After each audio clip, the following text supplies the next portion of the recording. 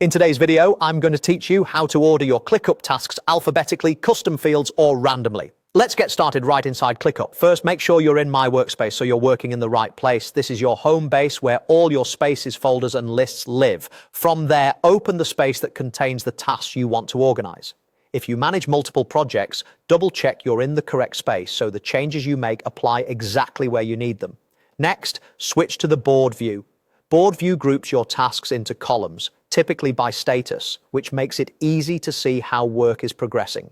The sorting we apply will organize tasks within each column, so your to-do, in progress, and done groups all stay tidy without mixing together.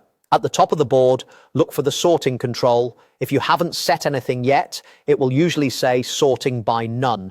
Click that to open your sorting options. This is where the magic happens. To sort alphabetically, choose task name. Your tasks will instantly rearrange A to Z, making it simple to scan and find what you need. If you prefer Z to A, look for the direction toggle in the same panel and flip it. Alphabetical sorting is especially helpful when your tasks are named consistently, like with prefixes or categories. From that same sorting menu, you can also sort by any custom field you've added, such as priority, score, or a custom dropdown. Pick the custom field that matches how you want to view your work, then choose ascending or descending, depending on whether you want low to high, A to Z, or the reverse. This is an easy way to surface your most important items to the top of each column.